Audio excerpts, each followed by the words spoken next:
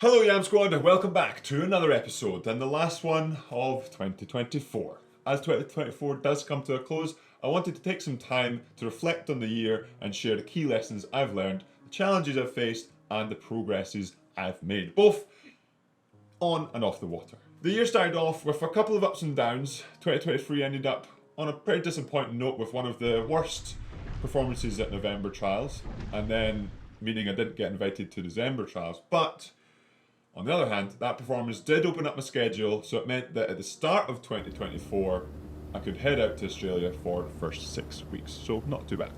The change of environment was exactly what I needed to get a serious boost in motivation. It was great to get out there and train with Big Dog Jacko and see some of the Gold Coast with Anthony and family. However, when I returned from Australia, I faced another setback at February trials. The performance was far from what I hoped for. The training in Australia showed me flashes of improvements that I wanted to put into practice at trials. Unfortunately, I didn't get to do that on the day. I knew that the hard work was paying off, even if the result didn't quite say so. Unfortunately, at the same time, others didn't see these as improvements that I was seeing, and I was told to quit, I was told I was too old, and I was told I should move on from rowing. Now, I've been told this by many different people over the years, whether it's Instagram, YouTube comments, or just random trolls, but this time it was a little bit different. It made me reconsider my approach to what I was doing, both in and outside of rowing, and my aims within rowing itself. There was one thing though, I wasn't ready to give up, and I will stop when I'm ready, not when someone else tells me to do so. I knew deep down that I was on the right path, and I was decided to trust the process even when it seemed like things weren't quite going my way. As the year moved on, I made a commitment to myself that I would double down on what I knew works for me. I rewrote my training program, focusing on everything I've learned from my past experiences rather than relying on what works for others. So maybe I see a program and that person says this works and that person says that works, but I knew that if I stuck to what works for me and then refine that, I'll see results. Alongside that, I started experimenting with beach sprints. We're heading out onto the water to try out a little bit of coastal rowing, attending various events,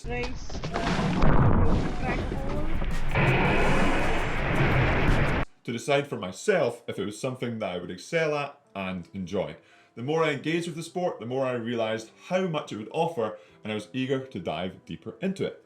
After a pretty adventurous few months post February trials, I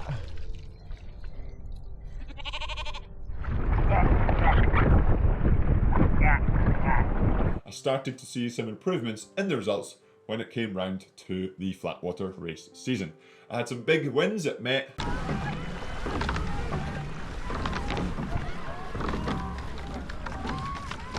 and Marlow,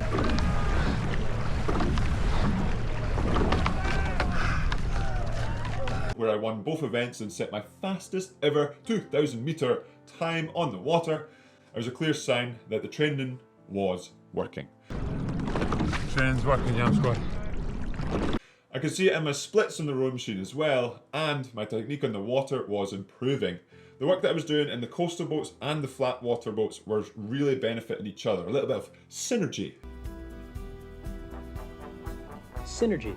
After a successful start to the regatta season, I qualified for Henley Royal Regatta, and I hoped to continue the momentum that I got at the start of the season. Unfortunately, didn't quite have the races I envisioned, and I was left feeling disappointed by my performances.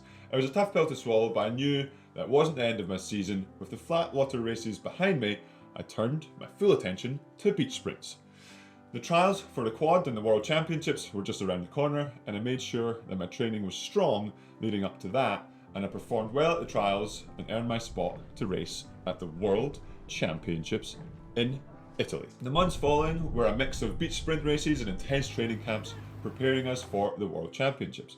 Our group came together really well and pretty quickly, and we gave it everything we had, coming away from Worlds as World Champions. Great Britain!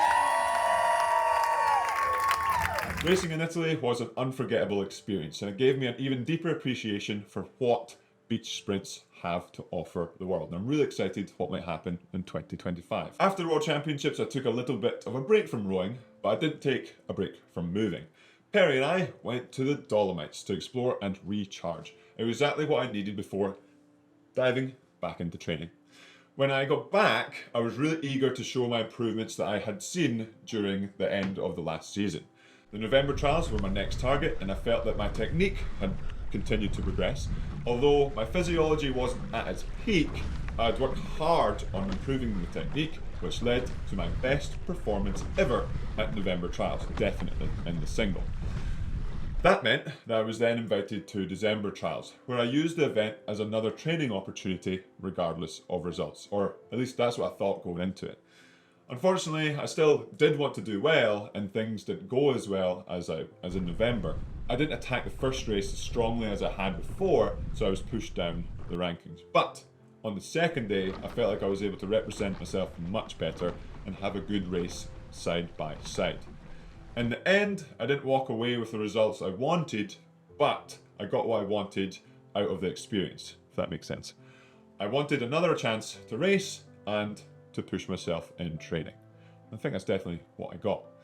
2024 has been a year of growth, not just in terms of my performances, but in the way of how I approach the process. From the lows of being told to quit and go away, to the breakthroughs I've had throughout the year in my technique, reinforcing the idea that it's not just about the results, and of course, rowing is a rowing sport.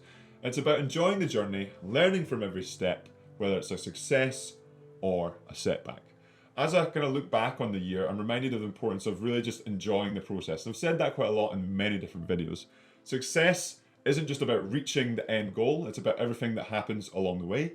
This year has taught me to embrace every part of the journey, to trust that even though tough times happen, you can still learn things from them. Also, I'd like to end the video by saying a massive thank you to everyone who has supported me throughout this year on the ups and the downs, whether it was through encouragement, guidance, or just being there when I needed it. I'm incredibly grateful for each and every one of you. Your support has meant the world to me, and I couldn't have made it through this year without it. Thank you so much for watching. 2024 has been an unforgettable year, and I can't wait to continue pushing forward into 2025.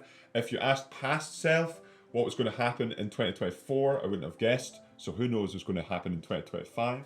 Remember, it's not just about the results, it's about enjoying the process, learning from each experience, and trusting the journey. And as always, Yamsquad, if you did like this episode, hit that like button. If you didn't, let me know in the comments below. Why not? Always trying to improve. And for the last time for 2024, if you haven't subscribed, please hit that subscribe button, and I'll see you in the next one in 2025.